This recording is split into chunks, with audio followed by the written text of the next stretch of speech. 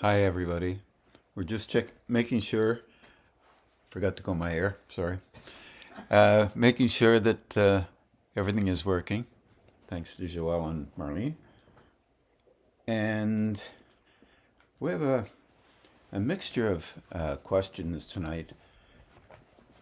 Unfortunately, normally when I have questions, I somehow show that I've talked about them. So, in fact, I have a couple here I'm not sure I talked about before. So, I may be repeating some of myself tonight. However, let's take a look at this one. And this one is one that was in October. I thought I talked about it, but I'm not sure I did. So here we go. It's from Bronwyn Rees, and can you talk a little bit about the exercise that you had us do in the past of remembering? We used to remember the color red, for example, and various other colors, green and blue and all the rest of it. I'm noticing there is energetically a difference between remembering, which seems to engage a release of some kind, a sense of passive will, merging with a higher system, she's thinking, and mental memory, and a more active engagement with the physical plane. Okay. What is going on here as we engage remembering in a softer sense? Some of you will remember that CD. There are two CDs that I was a little bit nervous about doing because of the possible effect. Some of the other ones I realized that you would use them for a while, typical normal stuff, and then you would not use them, so I wasn't too worried about them. This one, I was a little concerned because it kind of helps you to link up with the higher state. So let's talk about that for a couple of seconds. It was called the Color Breath Meditation. And Marlene, do you remember the very last CD that we put out? The name of it? Blending Higher States? It could be Blending Higher States, yeah. That was Color Breath, the Meditation, and Blending Higher States. These two, I hope that some would try them and begin to notice a slight difference, because that slight difference is really important. In this particular color breath, instead of trying to create the color in your mind, I tried to get you to, for example, remember a red apple. So then, almost without any focus, the color red will come into your mind. Then focus on it for a while in a gentle, gentle manner. And you'll cultivate an engagement with the frequency that may be in one of your centers, for example, or throughout your personality, for example, as a major frequency that might be related to your particular engagement with life. And of course, the color green, you decide. Could be an apple again, a green apple. But what happens is that the mind registers that which you already know. You're not creating it. You're engaging with it. And so you're cultivating a space there so that you're not doing anything kind of, and then it appears. And that was a fairly basic principle that we relate to in almost anything. For example, Lee will ask a question about the life map, and I'll try and do Same thing with it. You're creating a space where energy can link in to the hands, and you're not creating it. It's a dilemma here.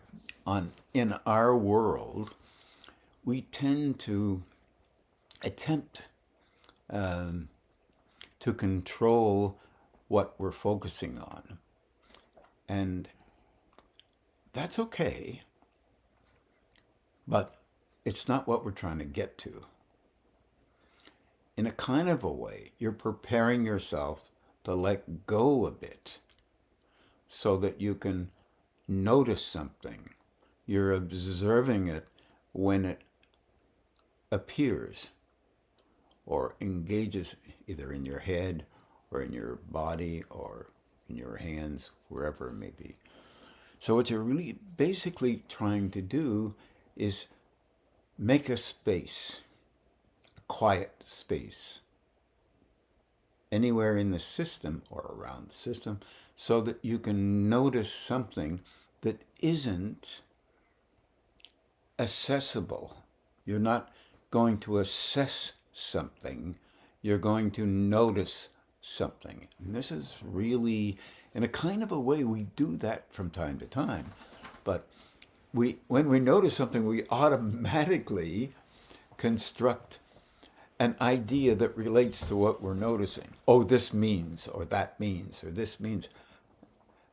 I was trying to get you not to do that, because that shifts the needle of perception that you have in you to you, away from that emptying space, kind of a gap, where an engagement with another state can occur, and you are practicing just perceiving it, not assessing it, because you're not going to forget what you perceived. This is not a dream where you will forget a dream. It's because that's related to the unconscious and also related to you perceiving and trying to remember it. But when you link with another state, even if it's only beyond what you normally can be aware of, you don't forget it, because it's there and it's still holding inside your relationship with you. You deem it to be valuable.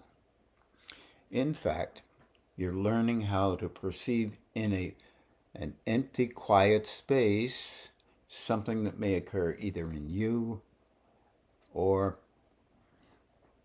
around you. But it's occurring in the normal, natural screens that you have, like hearing, seeing, relatively speaking.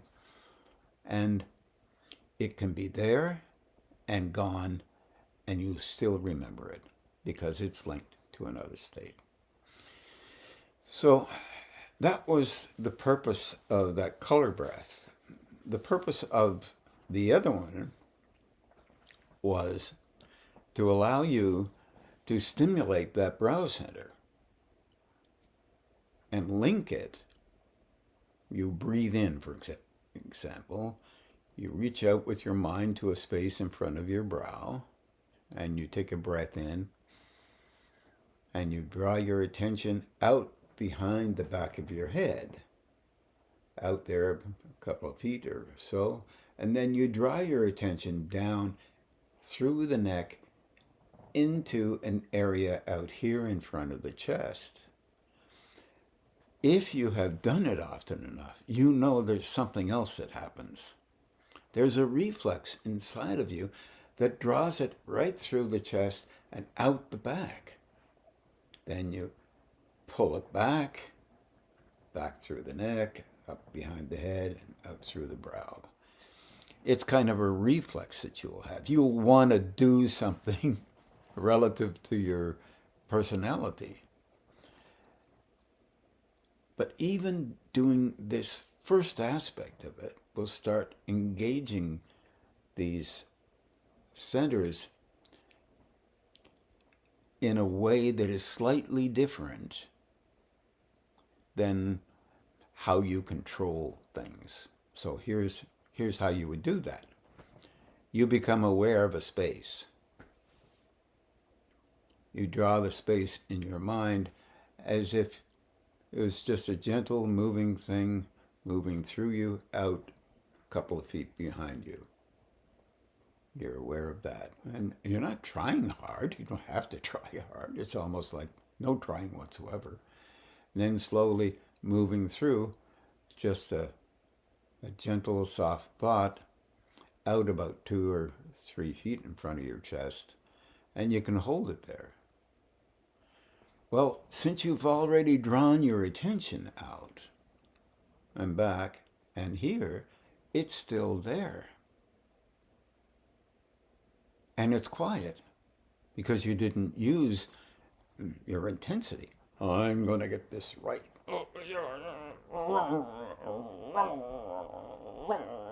Now it's out there. That's your personality's natural tendency to need to control something, to make sure that that you're doing the right thing. And that, in a kind of a way, is not creating a space. It's using a directive, a focus. And it's quite willful and quite different than a soft engagement with awareness through the neck out in front of the chest. It's a very different thing. Anyway, since those, I suspect that not too many have done both of those CDs. We've listened to the music, thanks to Daniel, and it's lovely. But we don't necessarily always do that particular kind of exercise that may be helpful. I wish you well at that. It is definitely very, very helpful. And that normal conjuring up of things is not a bad thing. It's just not letting go of the intensity that we normally and naturally use as an individual. Everyone uses things quite differently. And then we come up with a product. And that is not what we're looking for. We're looking for a space where that flow can connect with your mental facility, your mind space. The brain is fascinating. It will allow you to do that because it already does it. If I pick up glasses like this and I look at them, it's automatic for us. I see the contours, the curves, the way they're set up and how it's organized. But what really happens is there's a visual cortex back here. And it's got lines of engagement, links,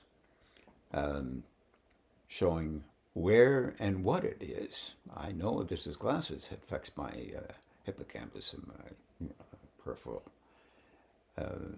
cortex, and it figures out that these are glasses because I've always called them glasses. But where it is comes up into the top of the head, and what it is engaging with the sides, and we don't have to know all that stuff. But engaging with space, it's where and a what. Space where? Here, it's just space. There's nothing there, nothing really that we can see because we don't see space very well.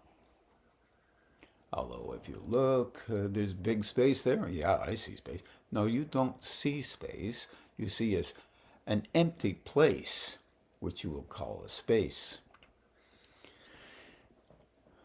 When you engage with this, the mind or the brain can tell you that there is a place that your attention is, and you move that attention back generally softly out the back, through the neck, out the front. Or you make a place where there's a space where you can perceive something.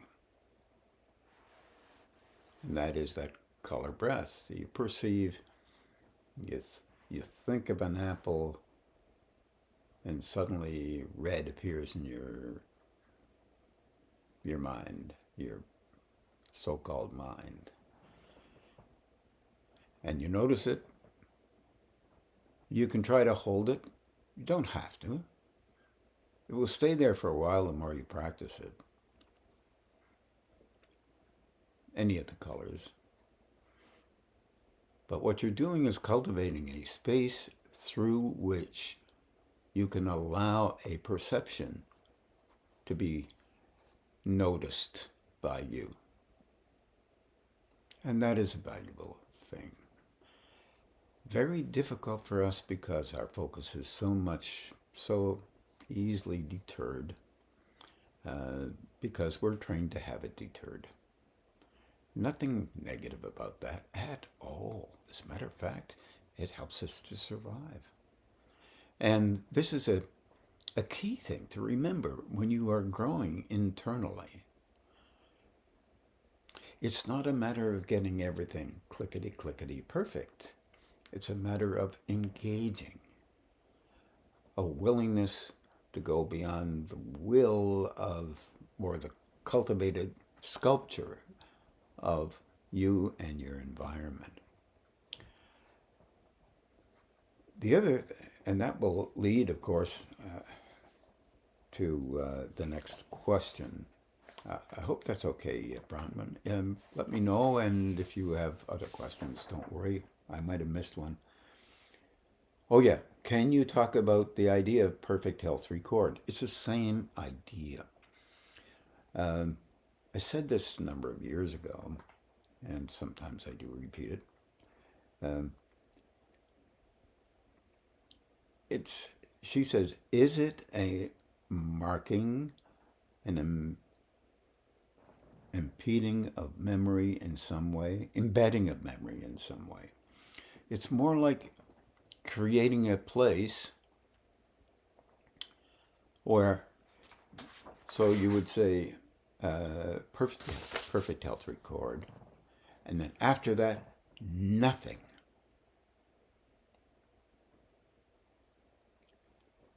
Hear the echoes of what you've said.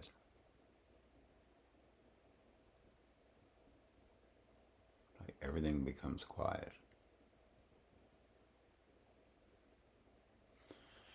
Remember, we're talking about energetic engagement here. We're not talking about healing the physical body or whatever. But trying to be helpful to you is not a negative thing. So you can ask for help in relationship to a higher state. What does that mean?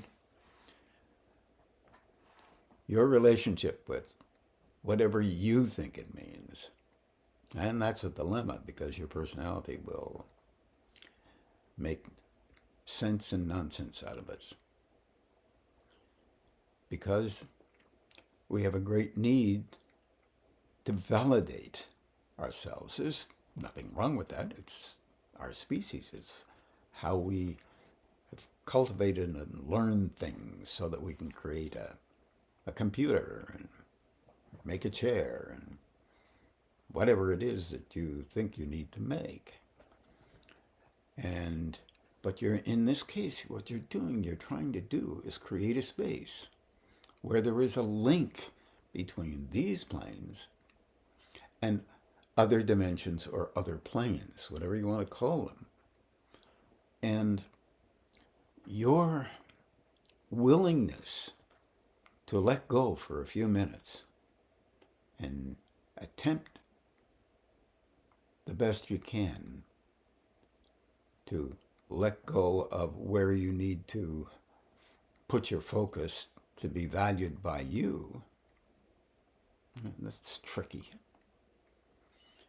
Then you allow yourself to open a little bit, and with other exercises that we have been doing, and you begin to notice when you do quiet a bit, you start to notice fundamentally energy within you or around you. When you're under pressure, this is more difficult. Why? Legitimately, you're putting your attention on these planes, where it should be, to try and help yourself handle the individual pressures that might be there.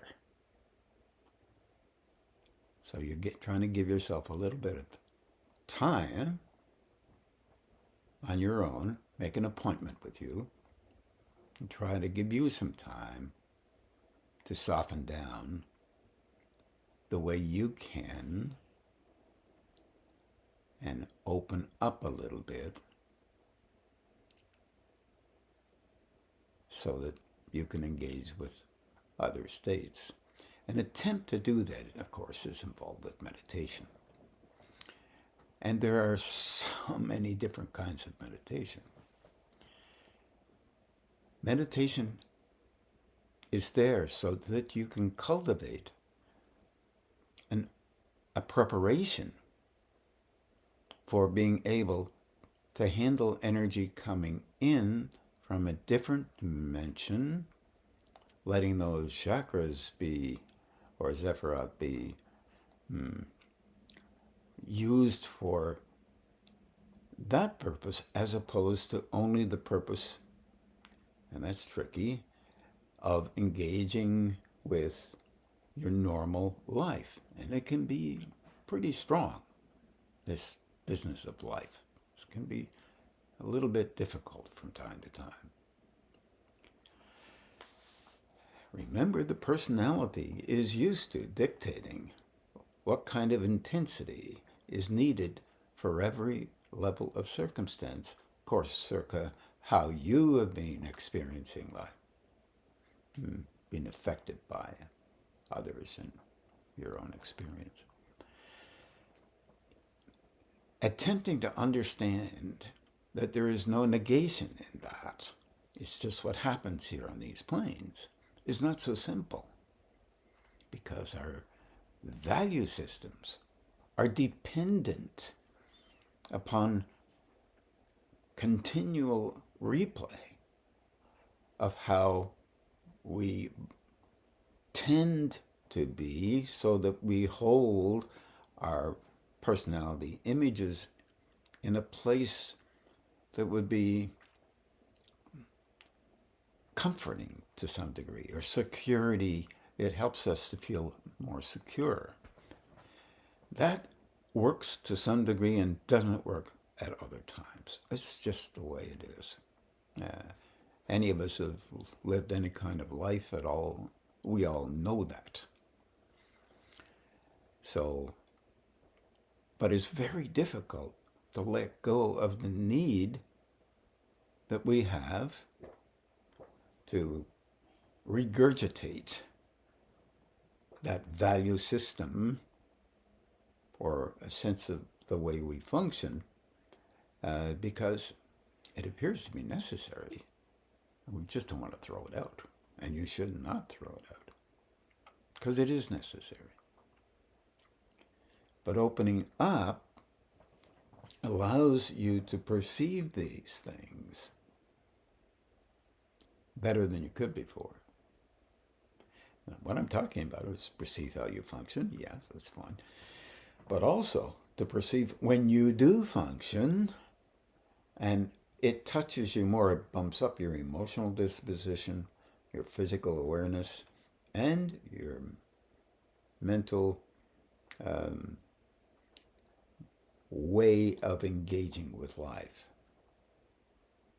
When I say mental, I'm talking about the brain's natural tendency to have cultivated a system, and you have helped it. And so that system is broadened out. And if you can't perceive it very well, you perceive it in others. This is a real dilemma for us because we're not ready to do that too well. But then leaving that space, that truly empty space inside of us, allows us to begin to try and understand the best we can something that is different than how we were before. But it does include more perception. And that means changes in our assertions about what is this way or that way. We also know that we know what spirituality is. It has to be this way versus that way. It's not. Never has been. But our assertions are very interesting. When you are asserting, keep this in mind for consideration. You are asserting a personality's view of something that comforts the personality in its evaluation of itself. That's not complicated. And then recognize this one thing, that we all do this. On these planes, this is what we do.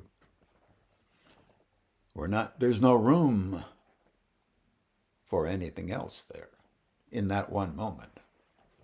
In other moments, we allow room because we're not under pressure. Changing the staging just a little bit, and the pressure, if more energy is coming in, the pressure will increase.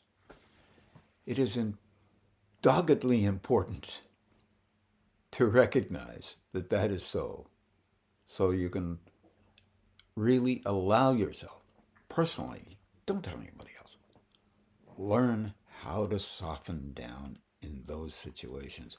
You will find that it is not easy, but it is vital. That vitality and the assertions of softening down is different than the assertions of maintaining a value of you as you're the only one that has the appropriate way to see something. This is not so easy. That's why this growing process is experiential. One of the reasons, at least. The other is, if you can watch you, then you can begin to see others and begin to understand how difficult it is for them to engage through them, and you to engage through you, and to come to a perfect answer about everything that there is to know. It just doesn't work that way. And I think in a way, that's a good thing. Because coming at spiritual growth or inner growth from different perspectives enables an individual to try and remember that there are personality views out there and there are flows of engagement with experience, and the experiential part is similar.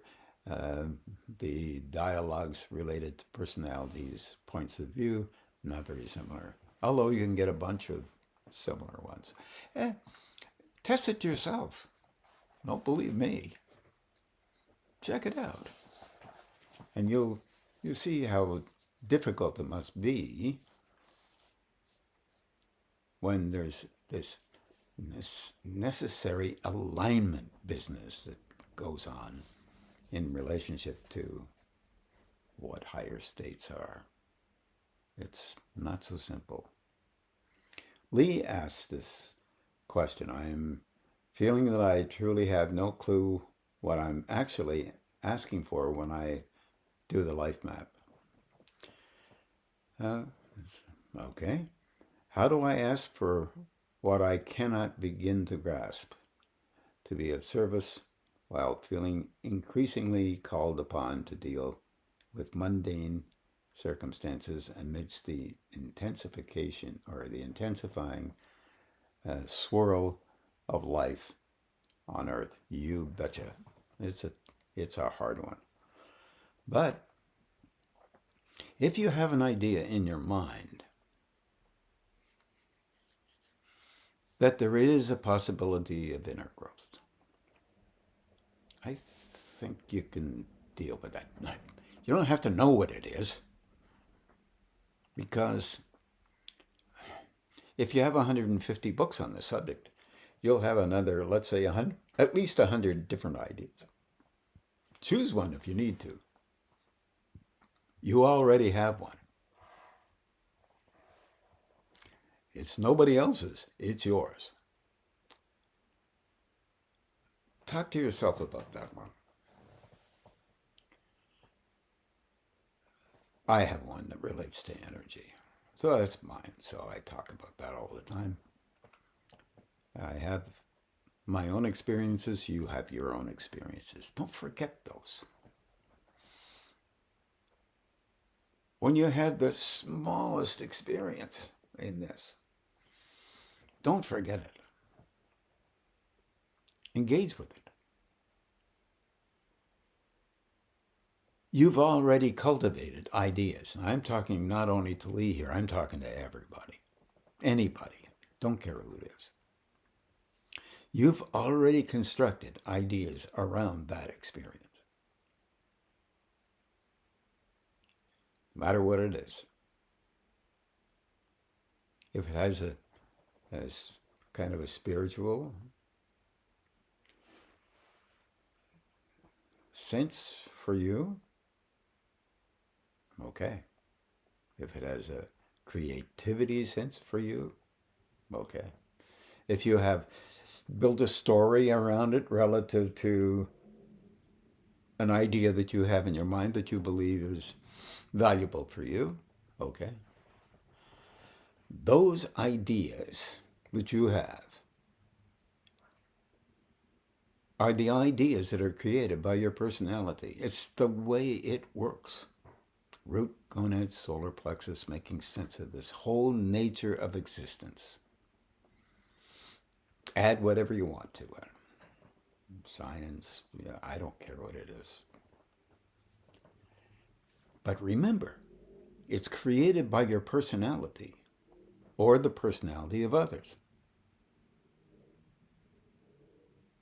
Think about that for a second. Well, it's all we've got. That's true. Until you have an experience that's different. The experience itself will enable you to understand, enable you to experience something that now needs to be understood by you relative to your position, culturally, background, system, whatever it is. And you'll take all of that stuff and you'll bring it to bear on that experience. Or you'll find somebody talking about something that say, oh my gosh, maybe that makes some sense to me. But you will still have life touching you in spite of that.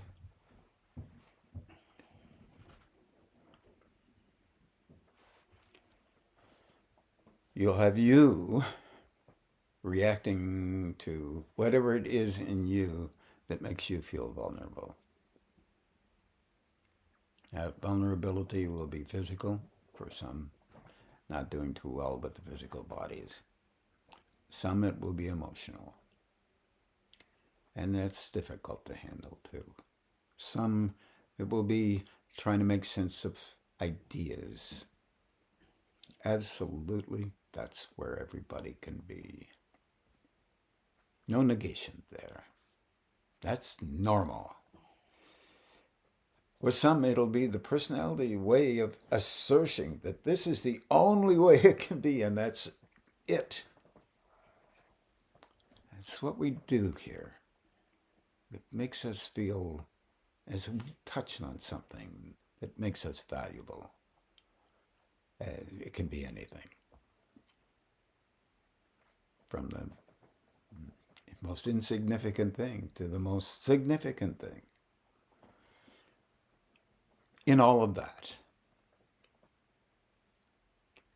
making a space within you to perceive beyond the assertions that we have in us, the energetic assertions that we have presenting in us, is not so simple.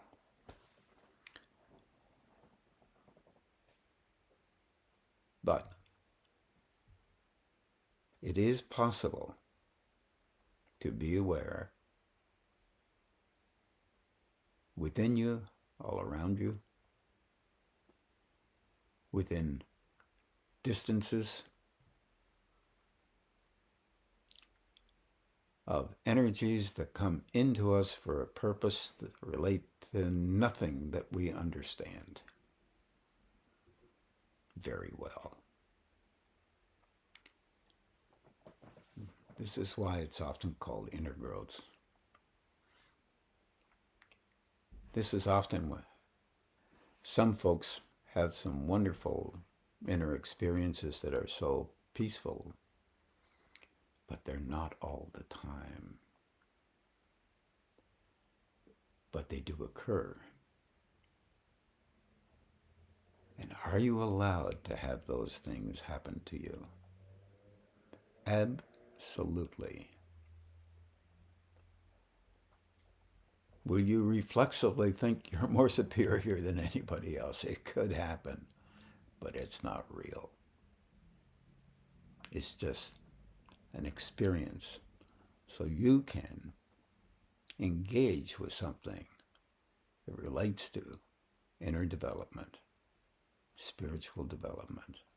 It doesn't make you better than your neighbor who's a real jerk. Because he has that glow inside of him, but his comfort zone may be that he has to be a jerk to show everybody how valuable he is. This is unfortunate, but this happens in our domains, planes that we live in. I'm not even talking about the great difficulties that can happen in anybody's life.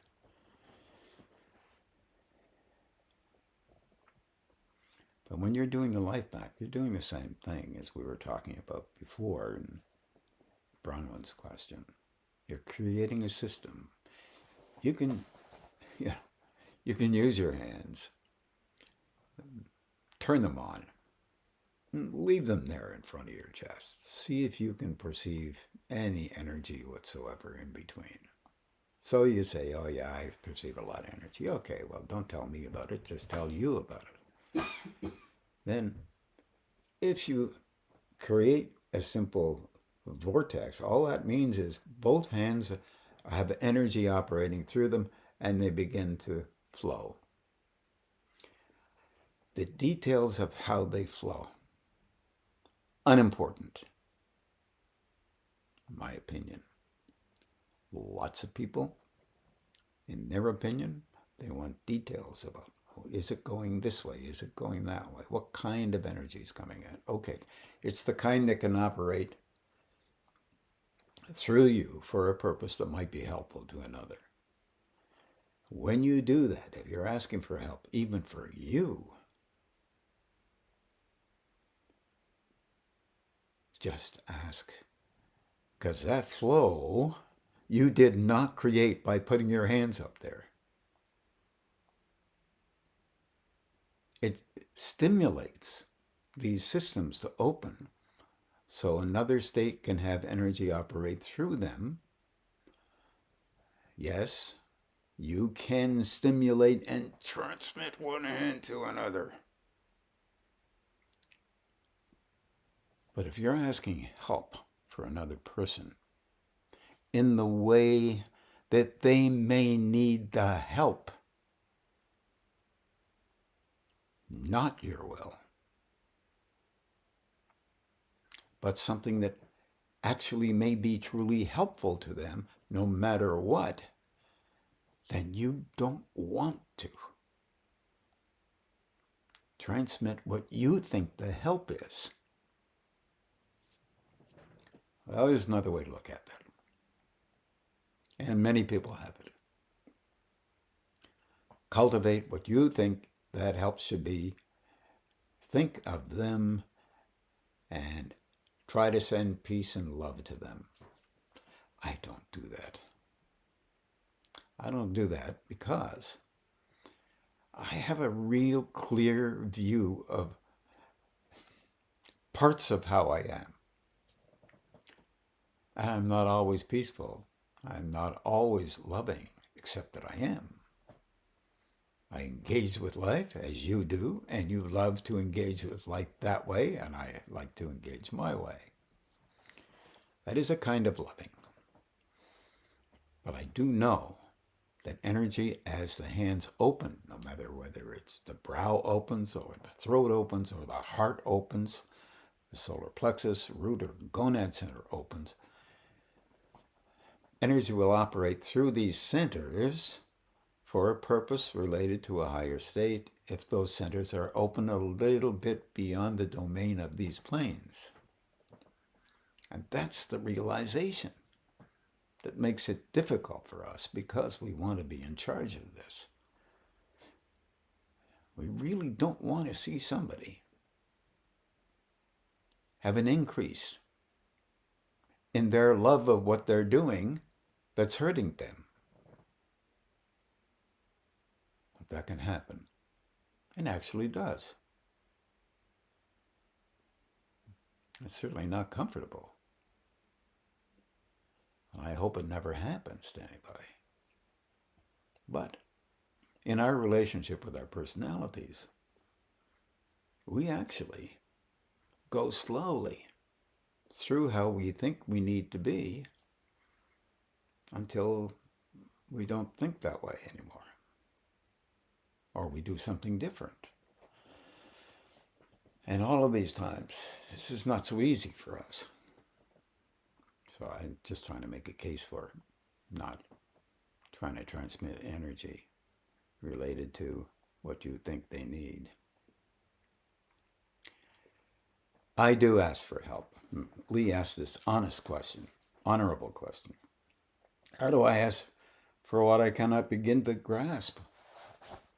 Well, you don't grasp it. You begin to experience it. Something is occurring through me and I have no idea what, why, and why it should be this way or that way. So we make a lot of assumptions. That's honest. But our assumptions are based on our relationship with the relationship that we have with ourselves.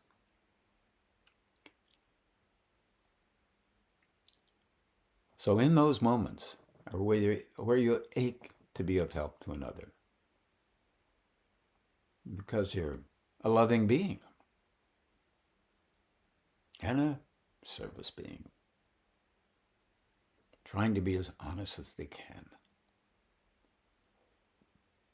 When you do that and you truly honestly ask,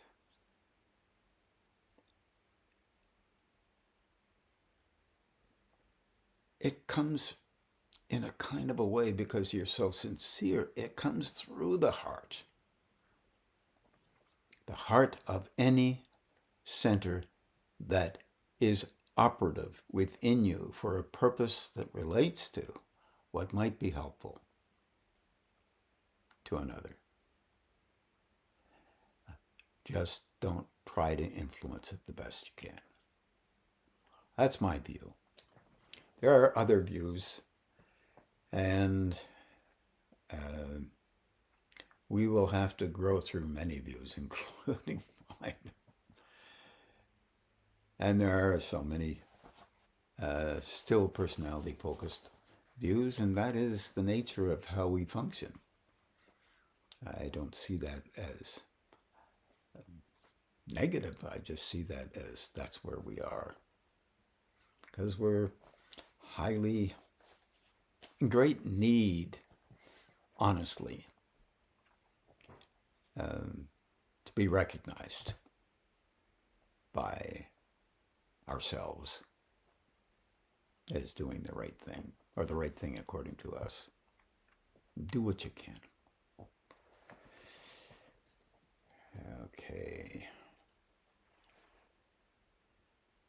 Lee also says, I suspect we're all feeling more and more stretched, even those of us not directly in the throes of catastrophe. I would suspect that that's true for all kinds of reasons, global reasons, but also as you are meditators, mostly that I'm talking to, and you have sincerity about your inner growth, you're doing your best, whatever that may be. And that means that you are susceptible to linking up little by little with energy coming in from another domain. And remember, a little drop of energy from another domain feels like it's huge.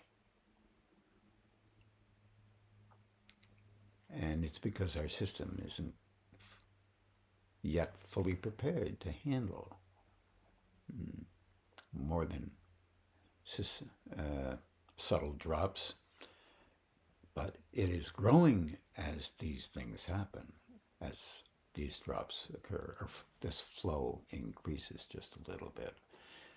Eventually, our inner structure can handle it better because our system is on a little bit.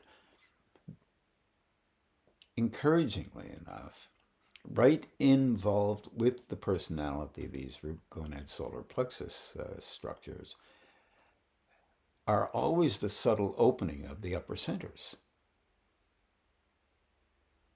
Little by little, these centers open, and as they open, remember, they are ultimately, and this will take a long time from what I understand, ultimately a full glowing being that only relates to a higher state, doesn't relate to a personality because it's not relevant. But it can use a personality for a purpose of doing something while on these planes. The ultimate thought is to enable the whole species to be involved with inner growth, regardless of what they assume their virtuous path is. And virtue meaning a self-focused way of seeing exactly what you think your way of going is until you see it different. And this has been going on for thousands of years, and it will go on, no doubt, for many more. Thank you both for those two questions. They're locked in to a really important point. And I remember the Dalai Lama coming up with that point, and I wholeheartedly agree with that. He doesn't need my agreement, though. Is that it's difficult for us because we utilize our personalities in this alignment with what we call spiritual growing. And we need to learn that we are capable of linking up, but not only as a linking up, and our personality is important for that, but in relationship to that link up, then that higher state can operate a little bit more here, little by little, so that the species can begin to develop internally beyond what it is currently. I think it's about 10 minutes to 8 o'clock. And so I think what I'll do, instead of going on to the next question, we'll move towards a meditation. And Marlene will have to fix this machine up for meditation and get some lovely music on. And so excuse us for a few minutes.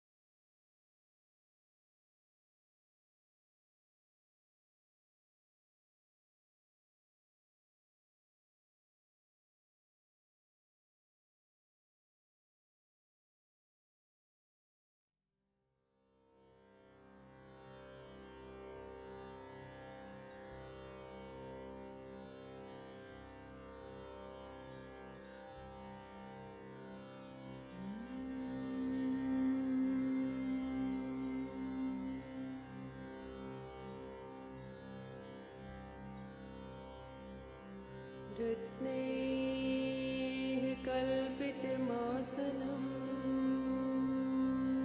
हिमजलैः स्नानं च दिव्याम्बरम्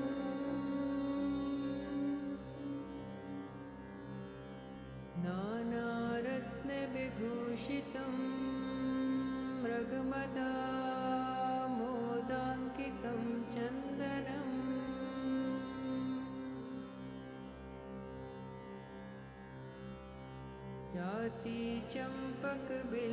जातिचम्पकबिल्वपत्ररचितं पुष्पं च धूपं तथा दीपं देवदयानिधे पशुपते हृत्कल्पितं गृह्यताम्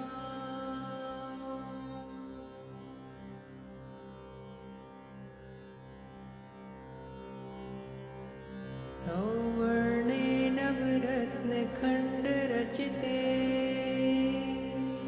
पात्रे घृतं पायसम् भक्ष्यं पञ्चविधं पयोदधियुतं रम्भाफलं पानकम्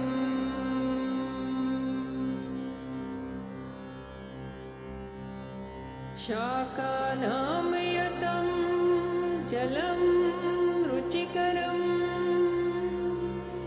कर्पूरखण्डोज्ज्वलम्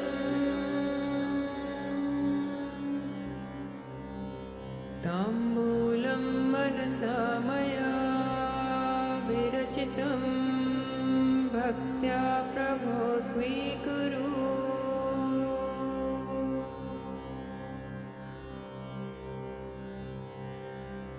छत्रं चामरयोर्युगं व्यजनकं चादर्शकं निर्मलम्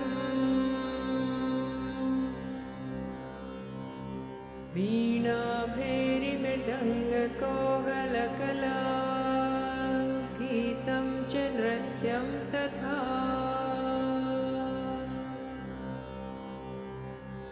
साष्टाङ्गं प्रणतिः स्तुतिर्बहुविधा एतत्समस्तं मया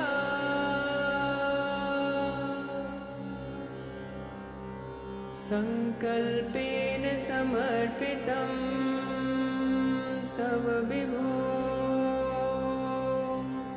पूजां ग्रहाण प्रभो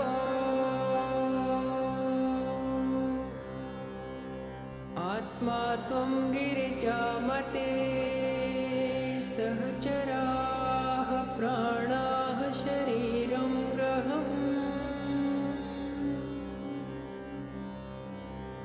पूजा ते विषयोपभोगरचना निद्रा समाधिस्थितिः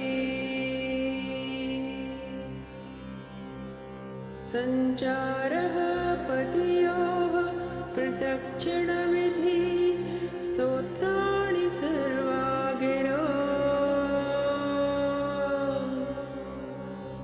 यत् कर्म करोमि तत् अखिलम् शम्भो तवाराधनम्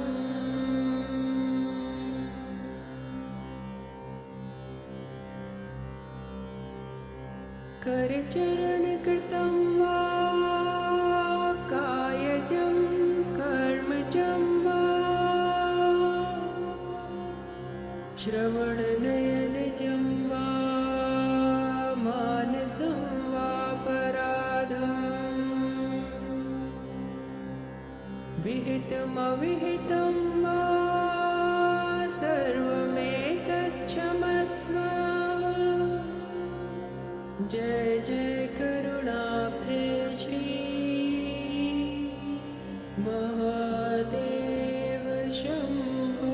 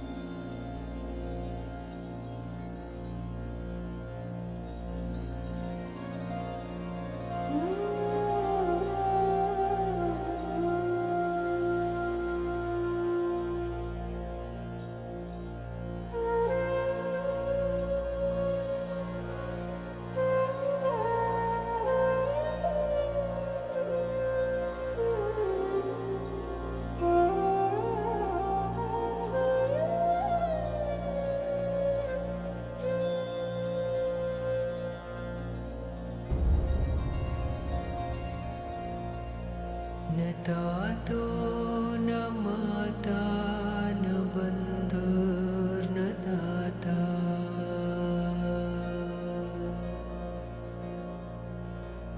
न पुत्रो न पुत्री न भृत्यो न भर्ता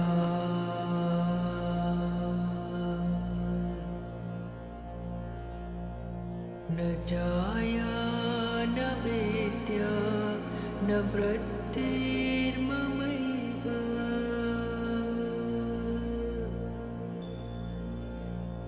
गतिस्त्वं गतिस्त्वं त्वमेका भवानी गतिस्त्वं गतिस्त्वं त्वमेका भवानी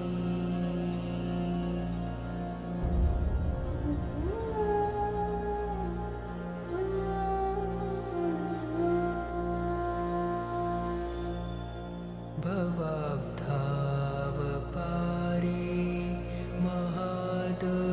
महादुःखभीरो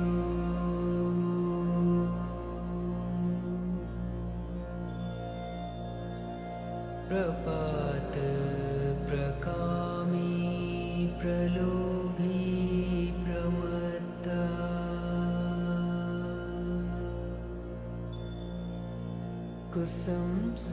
कुसंसारपाश प्रबद्धः सदाहम् गतिस्त्वं गतिस्त्वं त्वमेका भवानी गतिस्त्वं गतिस्त्वं त्वमेका भवानी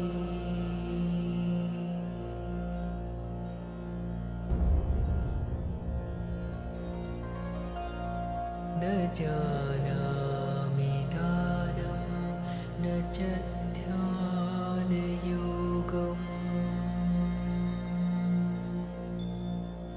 न जानामि तन्त्रं न च स्तोत्रमन्त्रम्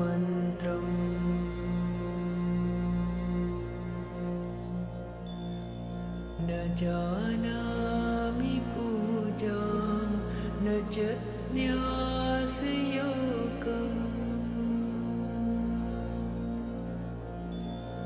गतिस्त्वं गतिस्त्वं त्वमेका भवानि गतिस्त्वं गतिस्त्वं त्वमेका भवानि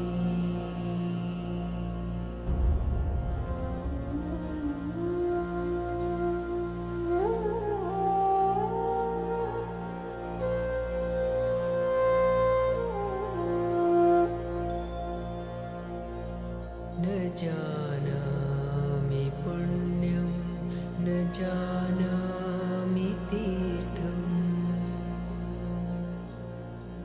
न जानामि मुक्तिं लयं वा कदाचित्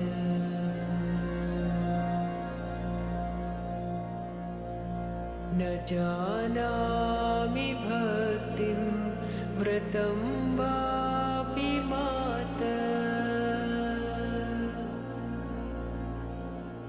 गतिस्त्वं गतिस्त्वं त्वमेका भवानि गतिस्त्वं गतिस्त्वं त्वमेका भवानि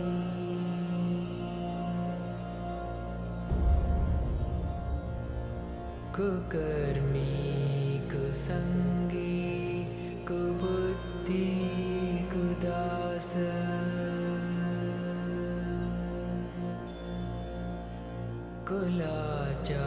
कुलाचारहीन कदाचारलीन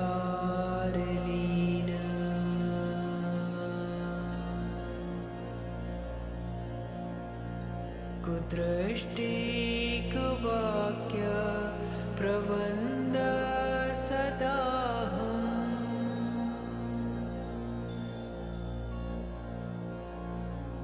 गतिस्त्वं गतिस्त्वं त्वमेका भवानि गतिस्त्वं गतिस्त्वं त्वमेका भवानि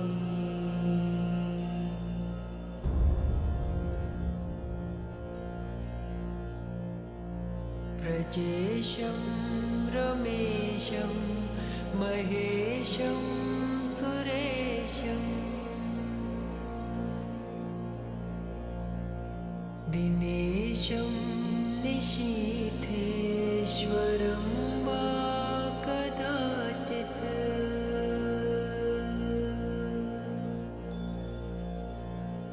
न जानामि चान्यत् सदाहं शरण्ये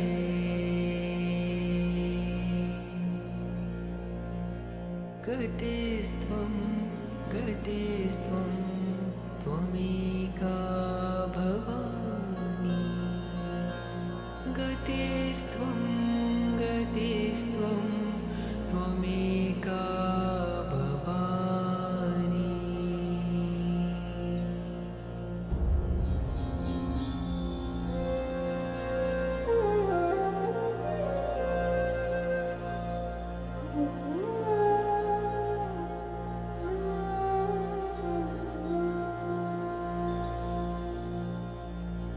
विवादे विषादे प्रमादे प्रवासे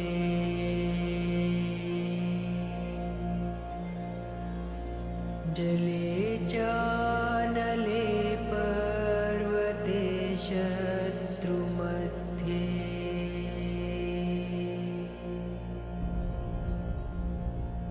अरण्ये शरण्ये सदा मां पाहि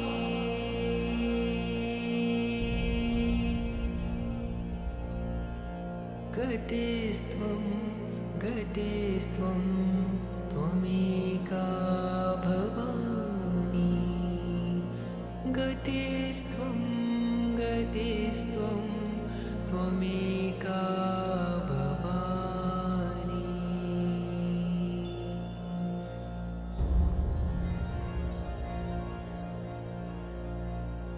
अनाथो दरिद्रो जरारोगयुक्तो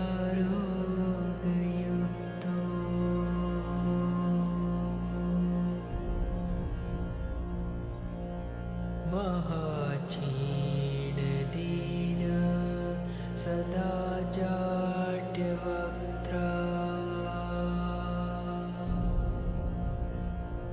विपत्तौ प्रविष्ट प्रणष्ट सदाहम्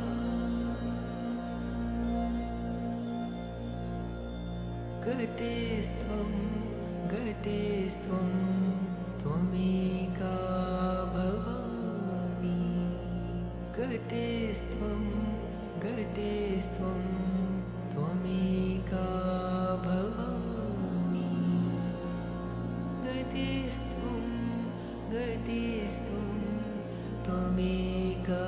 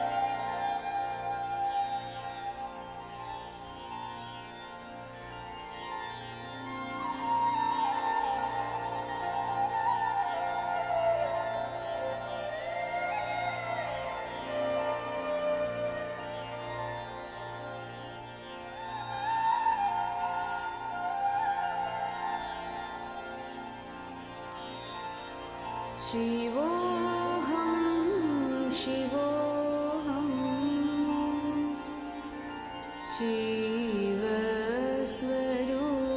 शिवस्वरूपोऽहं शिवोऽहं शिवोऽहं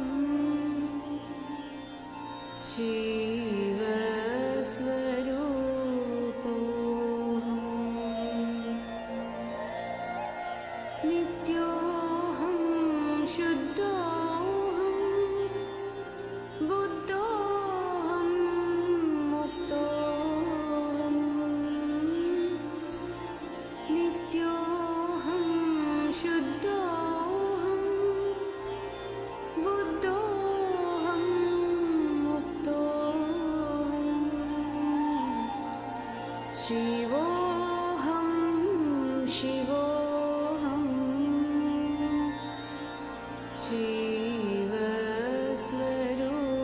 शिवस्वरूपोऽहं शिवोऽहं शिवोऽहं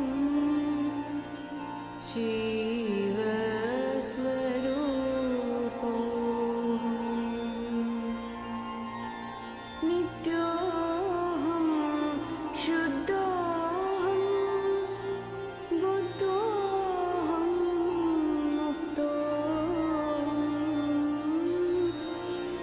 नित्योऽहं शुद्धोऽहं बुद्धोऽहं मुक्तोऽहं शिवोऽहं शिवोऽहं शिवस्वरूपोऽहम्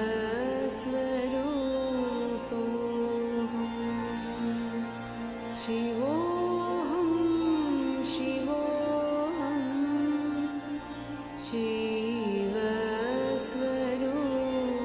शिवस्वरूपोऽहम्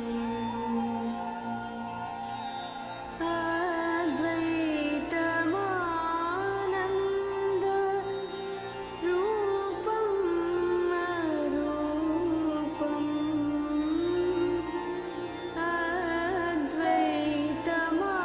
अद्वैतमानन्द रूपं अरूपम्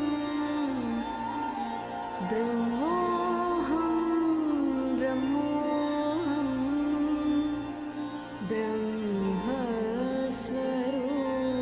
ब्रह्मस्वरूपोऽहम् ब्रह्मोऽहं ब्रह्मोऽहं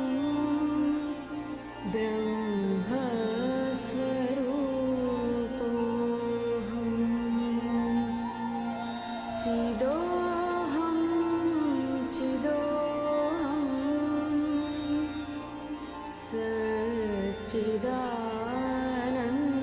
सच्चिदानन्दोऽहं चिदोऽहं चिदोऽहं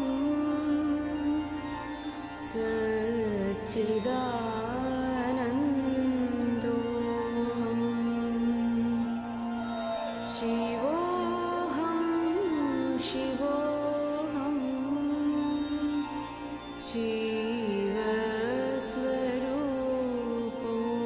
शिवस्वरूपोऽहम् शिवोऽहं शिवोऽहं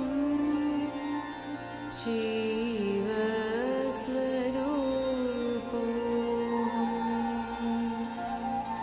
नित्योऽहं शुद्धोऽहं बुद्धोऽहं मुक्तोऽहं नित्योऽहं शुद्धोऽहं बुद्धोऽहं मुक्तोऽहम् शिवोऽहं शिवोऽहं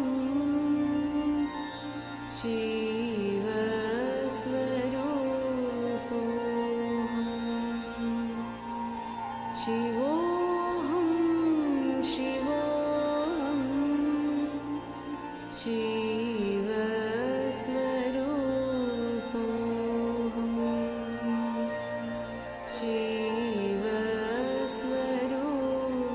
शिवस्वरूपोऽहम्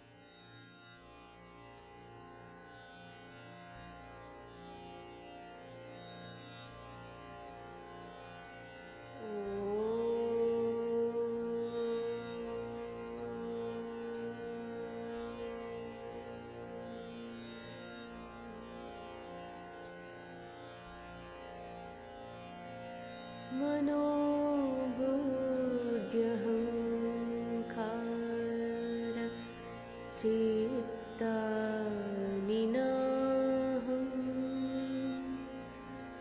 न च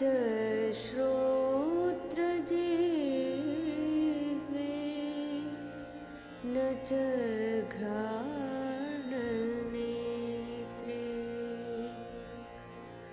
न च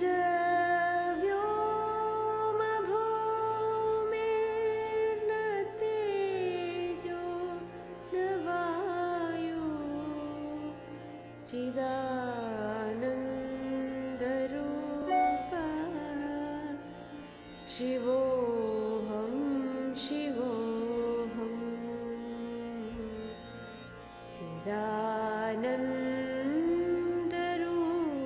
चिदानन्दरूपः शिवोऽहं शिवोऽहं न च प्राणसंज्ञो न वै पञ्चवायु न वा सप्तधातु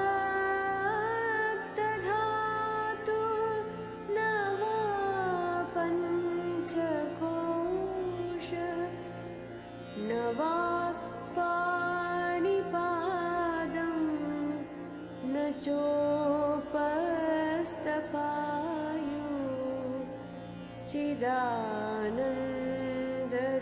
चिदानन्दरूपः शिवोऽहं शिवोऽहं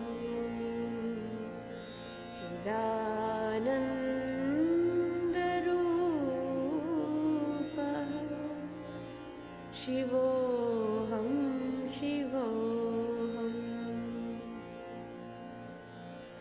न मे द्वेषरागो न मे लोभमोहो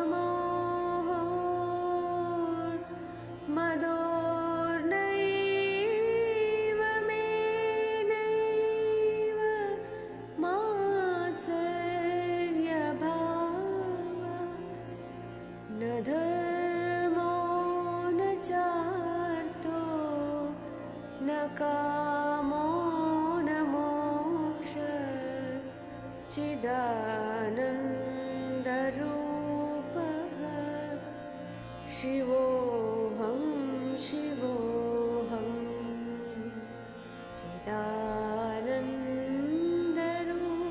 चिदानन्दरूपः शिवोऽहं शिवोऽहं न पुण्यं न पापं न सौख्यं न दुःखं न मन्त्रो न तीर्थं न वेदा न यज्ञ अहं भोजनं नैव भोज्यं न भोक्ता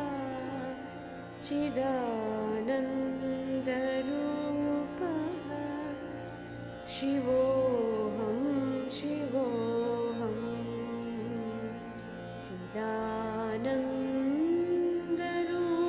चिदानन्दरूपः शिवोऽहं शिवोऽहं न मृत्युर्न शङ्का न मे जातिभेदः पिता नैव मे नैव माता न जन्म न बन्धो न मित्रं गुरुर्नैव शिष्यः चिदानन्दरूपः शिवोऽहं शिवोऽहं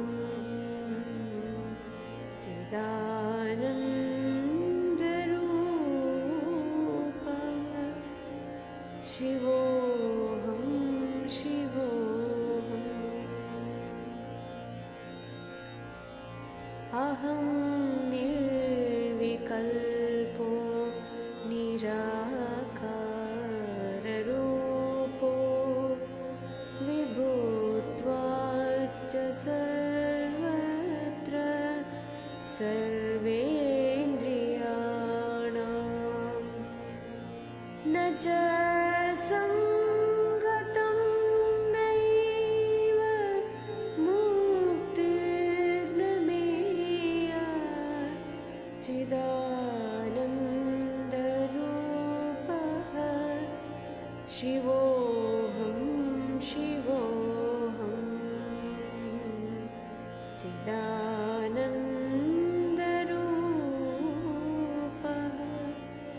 शिवोऽहं शिवोऽहं शिवोऽहं शिवोऽहं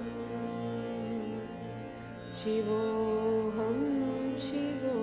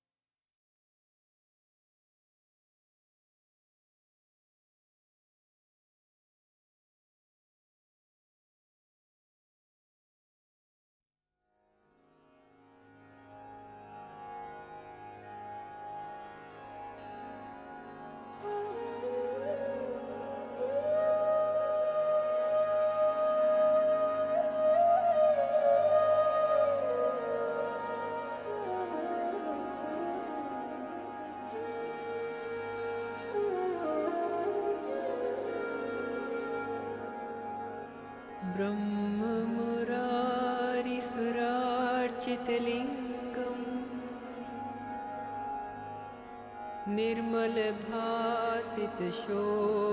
निर्मलभासितशोभितलिङ्गम्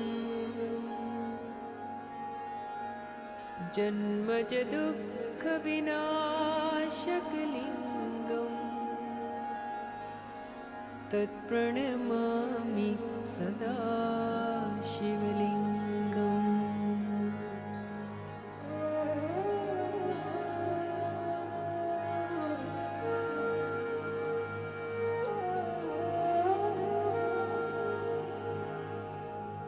देवमुनि प्रवरार्चितलिङ्गम् कामदहन करुणाकरलिङ्गम्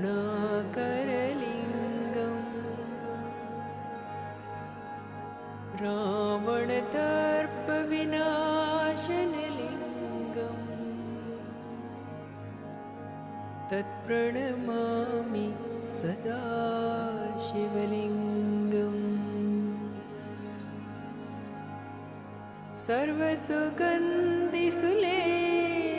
सर्वसुगन्धिसुलेपितलिङ्गम् बुद्धिविवर्धनकारणलिङ्गम्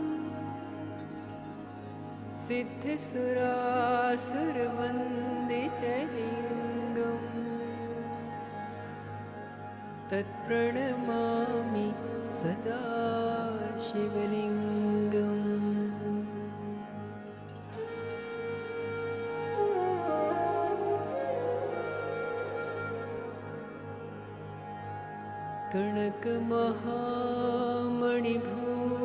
कनकमहामणिभूषितलिङ्गम् फणिपतिवेष्टितशोभितलिङ्गम् दक्षसुयज्ञविनाशकलिङ्गम् तत्प्रणमामि सदा शिवलिङ्गम् कुङ्कुमचन्दनलेपितलिङ्गम् पङ्कजहारसुशोभितलिङ्गम्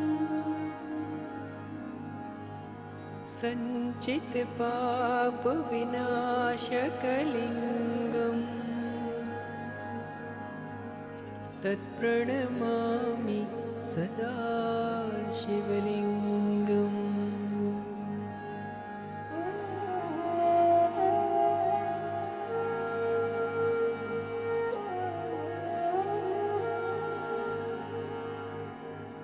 देवगणार्चितसेवितलिङ्गम् भावैर्भक्तिभिरेव च लिङ्गम् दिनकरकोटिप्रभाकरलिङ्गम् तत्प्रणमामि सदा शिवलिङ्गम् अष्टदलोपरिवेष्टितलिङ्गम्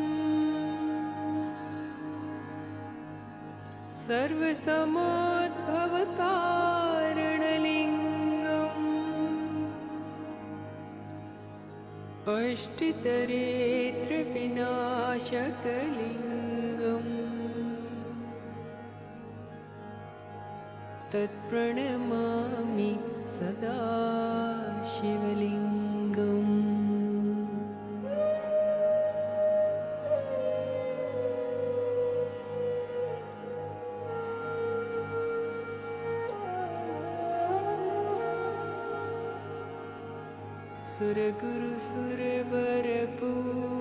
सुरगुरुसुरवरपूजितलिङ्गम् सुरवनपुष्पसदार्चितलिङ्गम् परमपदं परमात्मकलिङ्गम्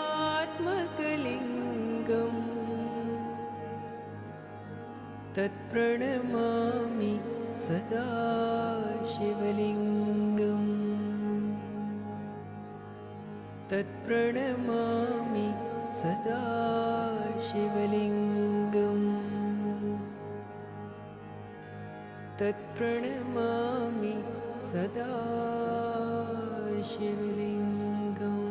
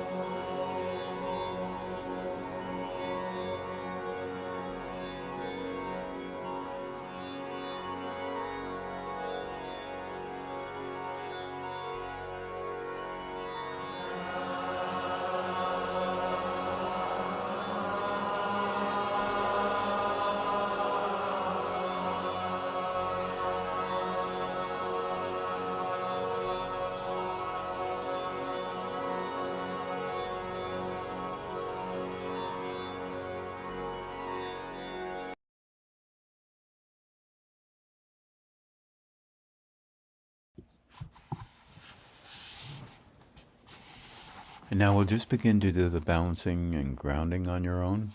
And have a good evening, everybody.